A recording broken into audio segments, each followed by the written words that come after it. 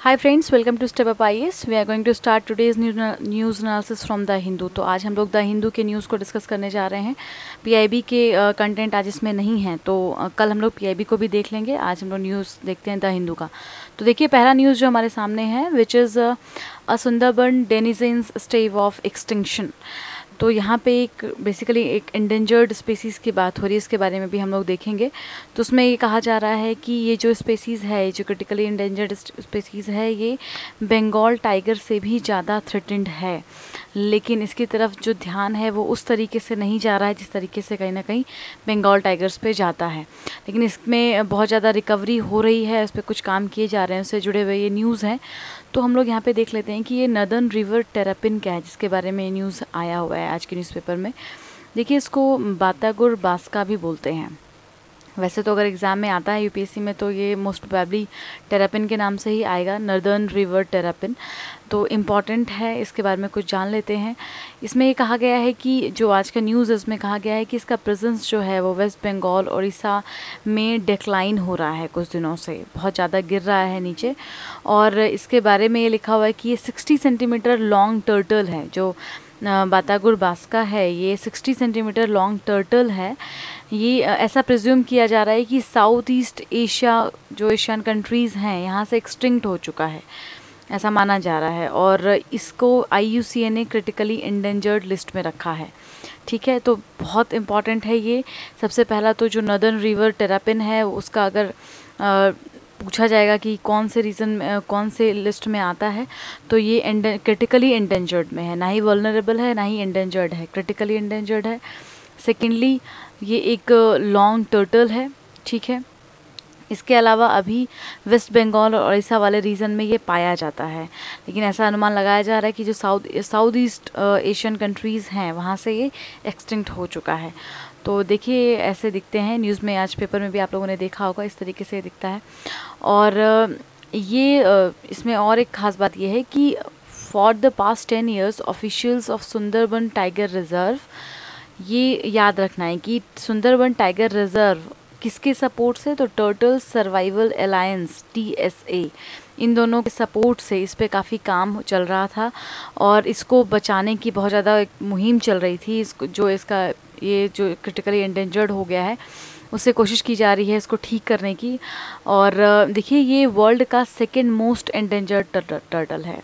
तो ये बहुत ध्यान में रखना है हमें, न्यूज़ में आया हुआ है, तो may be they will ask in the prelims, so please इसको ध्यान में रखिएगा। देखते हैं अगला न्यूज़ क्या है, which is related to the fluorosis. Fluorosis एक बीमारी है। ठीक है, क्या होता है, क्यों होता है, ये देख लेंगे अभी। जो न्यूज़ है आज के न्यूज़ में, वो बहुत बड़ा सा एक आर्टिकल भी है, पूरे सेकेंड पेज पर ही आपने पढ़ा भी होगा। तो तमिलनाडु से जुड़ा हुआ वो न्यूज़ है, रीजनल न्यूज़ है, लेकिन इम्पॉर्टेंट है हमारे लिए, साइंस का न्यूज़ है, इसको देख लेते हैं। तो इसमें ऐसा है कि जो तमिलनाडु के उस रीजन में जहाँ पे ये बीमारी फैली हुई है, वहाँ पे Japan bank for international cooperation जो है वो फंड कर रही है। ठीक है, पूछ भी सकते हैं, नहीं भी पूछ सकते, बट आपको ये ध्यान में रखना है कि Japan bank of international commerce जो है वो फंड कर रही है 2 डिस्ट्रिक्ट में, एक तो धर्मापुरी और दूसरा कृष्णागिरी डिस्ट्रिक्ट में।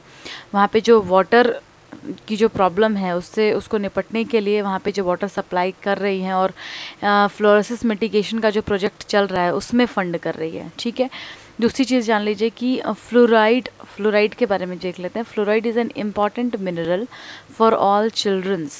ठीक है, फ्लोरोसिस की हम बात नहीं कर रहे हैं, फ्लोराइड की बात कर रहे हैं। फ्लोराइड एक मिनरल है जो हर बच्चे के लिए बहुत ज़रूरी होता है।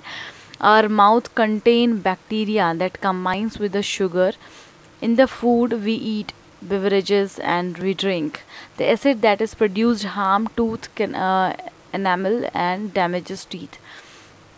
तो जो भी हम लोग खाते हैं उसके थ्रू हमारे मुंह में जो शुगर्स जाते हैं, जो हम खाते हैं पीते हैं, उससे हमारे मुंह में कुछ बैक्टीरियाज रह जाते हैं जो कि डैमेज करते हैं टीथ वगैरह को। तो इसके बारे में कुछ और जान लेते हैं कि फ्लोरोसिस क्या है। तो देखिए, ये एक डेंटल प्रॉब्लम है। डेंटल फ्लोरोसिस हो सकता है, स्केलेटल फ्लोरोसिस होता है। तो डेंटल फ्लोरोसिस जो होता है वो क्या होता है, it is a change in the appearance of the tooths enamel surface. The most common type do not affect the function of the tooth and don't cause pain. ना तो पेन करता है और टूथ के फंक्शंस को भी effect नहीं करता है ये डेंटल फ्लोरोसिस। लेकिन देखिए इसमें लिखा हुआ है और कि dental fluorosis is a defect in the tooth enamel caused by the excessive exposure of high concentration of fluoride. Fluoride बहुत ज़रूरी है बच्चों के लिए भी, हमने देखा पहले, लेकिन जब बहुत ज़्यादा मात्रा में उसको लिया जाएगा, कंज्यूम किया जाएगा, तो वो प्रॉब्लम क्रिएट कर देगा। वो जैसे हमने देखा है दांतों में दाग पड़ जाते हैं, दांत सड़ जाते हैं, तो वो इसी की वजह से होता है। देखिए ब्राउन, ग्रे, ब्लैक कलर के टीथ में पैचेस पड़ जाते हैं, ठीक है। तो ये तो वहाँ की जो रीजंस हैं जहाँ पे ये प्रॉब्लम्स बहुत ज़्यादा हैं, वहाँ पे तमिलनाडु के रीजन में देखा गया है कि हर बच्चों में या लोगों में ऐसी प्रॉब्लम्स फ्लोरोसिस के देखी जा रही है, डेंटल फ्लोरोसिस की प्रॉब्लम। और सबसे बड़ी बात है कि इसको ट्रीट भी नहीं किया जा सकता, ये नॉन ट्रीटेबल है, ठीक है। परमानेंट स्टेंस छोड़ देते हैं। दूसरी चीज़ अभी हमने डिस्कस किया कि excessive consumption of fluoride contaminated water, ये बहुत इम्पॉर्टेंट है, इसकी वजह से ये होता है। और जब ज़्यादा सीवियर हो जाएगा तो स्केलेटल फ्लोरोसिस हो जाएगा, ठीक है। तो इसको ध्यान में रखना है। अब ये बात है कि फ्लोराइड्स जो है वो कहाँ से आता है, क्या होता है। तो फ्लोराइड्स का जो मेन सोर्स होता है वो ग्राउंड वाटर होता है, is the rock that are rich it, ठीक है। जो पत्थरों में जो में अंदर जो नीचे वाटर होते हैं, ग्राउंड वाटर, वो फ्लोराइड का मेन सोर्स होते हैं, इसको ध्यान में रखना है। और हमारे यहाँ पे जो अफेक्टेड स्टेट्स हैं वो कौन कौन से हैं, तो आंध्र प्रदेश, पंजाब, उड़ीसा, हरियाणा, राजस्थान, गुजरात, तमिलनाडु और उत्तर प्रदेश। एग्जाम्पल्स में अगर आपको लिखना हो, कभी मेंस में इस टाइप के क्वेश्चंस आए तो वहाँ पे आप लिख सकते हो। ये सारे जो स्टेट हैं वो फ्लोरोसिस अफेक्टेड स्टेट हैं। तो इम्पॉर्टेंट न्यूज़ है, साइंटिफिक न्यूज़ है, इसको देख लीजिएगा। कई बार डिजीज़ वगैरह पूछा जाता है तो इसको ध्यान में रखिएगा। अगला न्यूज़ देखते हैं क्या है। Government delineates 23,000 hectares for petrochemical complex. अभी ये भी वहीं का न्यूज़ है, तमिलनाडु रीजन का ही है। यहाँ पे जो कुडलोर और नागपट्टिनम में एक प्रोजेक्ट चला रही है गवर्नमेंट, उसमें 23,000 हेक्टेयर को बिल्कुल अलग किया गया है। एक पेट्रोकेमिकल कॉम्प्लेक्स बनाने की बात हो रही है कि वहाँ पे लोग जो भी ये बाई प्रोडक्ट्स पेट्रोल्स के निकलते हैं उन चीज़ों को निकाला जाएगा, बनाया जाएगा। तो उसके लिए अलग से इसमें कुछ 45 के करीब गांव हैं जो इसके अंदर में आ रहे हैं, इस 23,000 हेक्टेयर में आ रहे हैं। तो यहाँ पे इशू क्या है बेसिकली, अब ये गवर्नमेंट ने तो बोल दिया है कि आप ऐसा वो कॉम्प्लेक्स बनाएंगे, या उन्होंने इतना पूरा एरिया जो है वो अलग कर दिया है, लेकिन जो एक्टिविस्ट हैं, जो सोशल ग्रुप्स हैं, वो उनका ये मानना है कि ये जो प्रोजेक्ट है ये बहुत वर्स इफ़ेक्ट डालेगा वहाँ के जो कुडलोर और नागापट्टिनम जो रीजन है वहाँ पे बहुत वर्स इफ़ेक्ट डालेगा, बहुत सीवियर सिचुएशन क्रिएट करेगा। इवन फूड सिक्योरिटी इश्यूज़ वहाँ पर आ जाएंगे, ऐसा वो लोग मानते हैं। तो देखिए इसमें क्या, the coastal areas of Cuddalore including the endangered mangrove forest, वहीं पे पिचावरम मैंग्रोव फॉरेस्ट है जो इसके अंदर में आ रहा है, इस पूरे रीजन में आ रहा है, कुडलोर में है ये पिचावरम जो मैंग्रोव फॉरेस्ट है। तो उनका ये कहना है कि इस पर भी एक बहुत बुरा इफेक्ट पड़ेगा इस पूरे प्रोजेक्ट का। जो केमिकल इंडस्ट्रीज़ वहाँ पे लगाई जाएंगी, उनको जो ट्रीट किया जाएगा, इसका बहुत वर्स इफेक्ट होगा, ये एक्टिविस्ट लोग मान रहे हैं। उसकी वजह से ये वहाँ पे प्रोटेस्ट कर रहे हैं, ठीक है। तो थोड़ी बात हम लोग कर लेते हैं पिचावरम मैंग्रोव फॉरेस्ट के बारे में। देखिए ये चिदम्बरम इन कुडलोर वहाँ पे सिचुएटेड है, तमिलनाडु में है ये। अगर एग्ज़ाम में आता है तो ध्यान में रखिएगा। जो भी national park, wild life centuries, mangroves, ऐसे कोई भी रीजंस जो न्यूज़ में रहते हैं बिकॉज ऑफ एनी रीज़न, चाहे वहाँ पे कुछ प्रोटेस्ट हो रहा हो या वहाँ पे कुछ नया इन्वेंशन हुआ हो, तो वो एग्ज़ाम्स में आने की पूरी संभावनाएं उसकी बन जाती है। तो उसको ध्यान में रखेंगे हम लोग इस मैंग्रोव फॉरेस्ट को।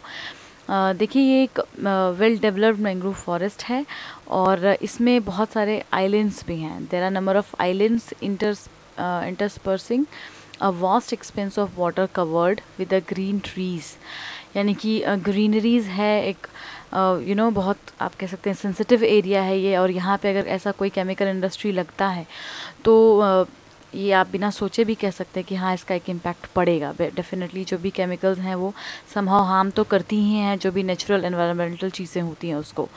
तो इसको हम लोग अगर मेंस में भी लिखना चाहे एग्जाम्पल के तौर पे तो लिख सकते हैं कि समहाउ जो ये सेंसिटिविटी है टुवर्ड्स एनवायरनमेंट, कहीं ना कहीं एक नॉर्मल पीपल भी या स्टेट भी इसको पूरी तरीके से नहीं समझ पा रही है। और अगर हम ऐसे कोई इंडस्ट्रीज़ को लगाते भी हैं, क्योंकि देखिए अभी अगर सिचुएशन अलग मॉडर्न सिचुएशन की बात करें तो वी नीड एवरीथिंग। ऐसा नहीं है कि आप सिर्फ़ और सिर्फ ना बिना डेवलपमेंट के एक अच्छा लाइफस्टाइल जी सकते हैं, तो ऐसा नहीं होगा। तो डेवलपमेंट भी ज़रूरी है, लेकिन development on the on the verge of environment तो थोड़ा सा गलत हो जाएगा। तो इसको ध्यान में रखना चाहिए हम नॉर्मल लोगों को भी और स्टेट को भी। तो ये न्यूज़ इंपॉर्टेंट है, इसको ध्यान में रखिएगा। नेक्स्ट न्यूज़ देखते हैं। KG basin is the sea rising और लैंड सिंकिंग। ये एक आर्टिकल है, बहुत आपने देखा होगा न्यूज़पेपर में। इसमें यही सवाल है कि क्यों ऐसा हो रहा है, जो यहाँ पे सी लेवल राइज हो रहा है या फिर लैंड जो है वो श्रिंक कर रही है। तो दिस इज़ द प्रॉब्लम। इसमें ऐसा कहा जा रहा है कि land is in the Krishna Godavari basin are turning saline.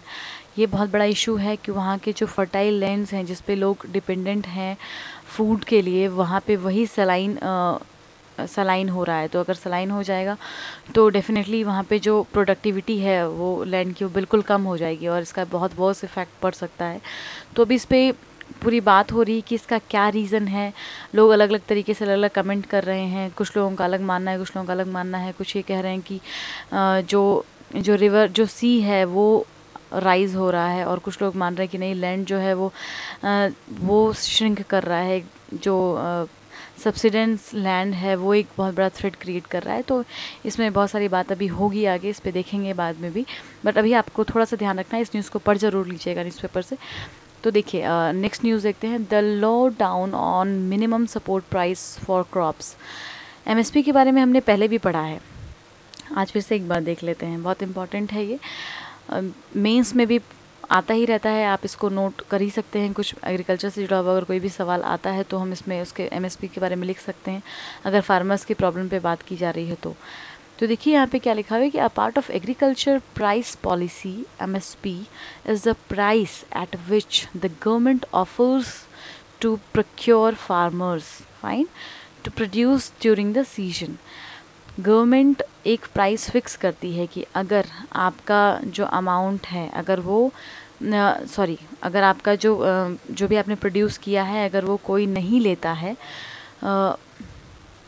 Government एक प्राइस फिक्स करती है और वे बोलती है कि आप अगर आपके प्रोडक्ट को जो आप प्रोड्यूस कर रहे हो अगर वो कोई नहीं खरीदता, वो बच जाता है, तो हम ये मिनिमम प्राइस है जिस पर हम आपका सारा जो प्रोड्यूस है वो ख़रीद लेंगे। इस वजह तो ये कहीं ना कहीं इसका जो मेन एम होता है वो फार्मर्स को प्रोटेक्ट करना होता है कि उन्होंने अनाज उपजाया और वो उनका बिका नहीं तो बहुत सारे फार्मर्स बहुत परेशान हो जाते हैं। इवन इससे बहुत सुसाइडल केस भी देखने को मिलते हैं।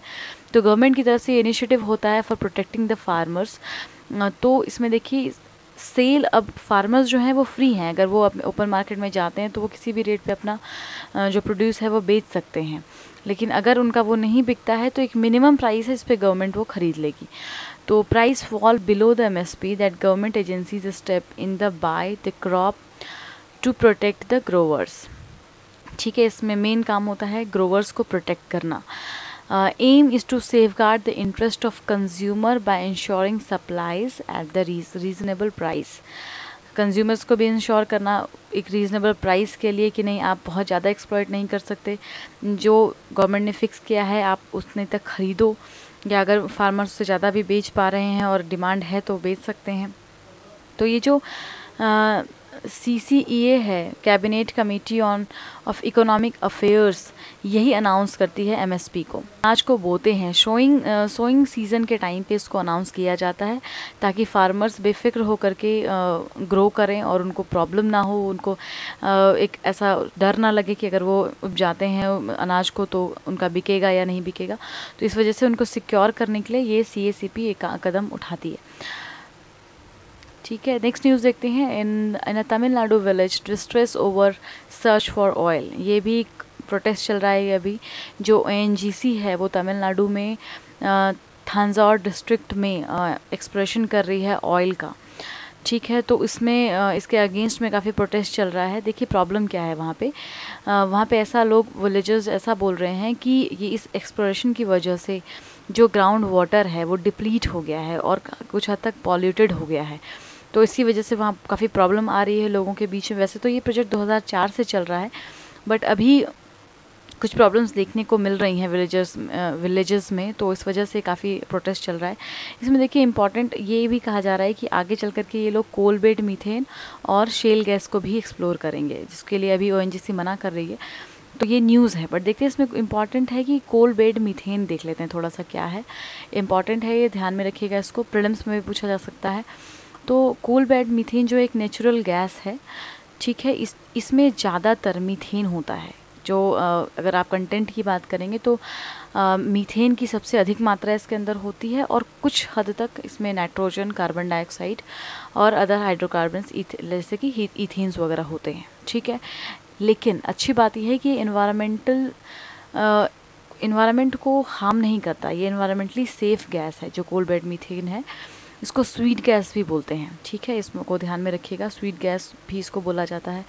लेकिन यहाँ पे अच्छी बात यह है कि मीथेन जो है, जो कि कोल बेड मीथेन में बहुत हद तक पाया जाता है, तो इसमें मीथेन को ग्रीन हाउस गैस का लेबल दिया गया है यूएनएफसीसी की तरफ से।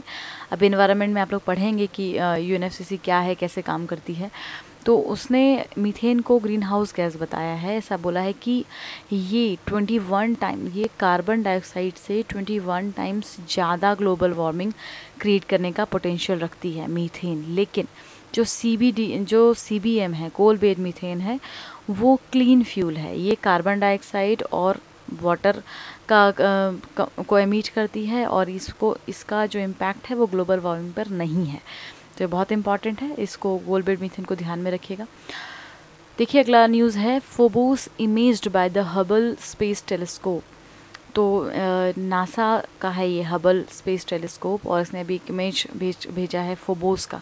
अब देख लेते हैं फोबोस क्या है। तो फोबोस जो है वो मार्स का एक सैटेलाइट है, ठीक है, स्मॉल सैटेलाइट है मार्स का। Mars is also called a red planet. तो यहाँ पे देख लेते हैं थोड़ा सा कि हबल स्पेस टेलीस्कोप के बारे में। ये जो हबल स्पेस टेलीस्कोप है ये नासा का है, और अभी तक का लार्जेस्ट टेलीस्कोप है स्पेस में, ठीक है। ये लार्जेस्ट और मोस्ट वर्सटाइल टेलीस्कोप है, तो इसको ध्यान में रखिएगा, कुछ इम्पॉर्टेंट है ये। और फोबोस को ध्यान में रखिएगा, एक सैटेलाइट है मार्स का। और जो हबल टेलीस्कोप है ये नासा का है, तो ध्यान में रखिएगा, नासा का है। तो आज हम लोगों ने इतने न्यूज़ को कवर किया है, so thank you very much, keep starting. कल फिर मिलते हैं कुछ important news from the PIB and the Hindu also, ठीक है। So thank you very much, keep starting.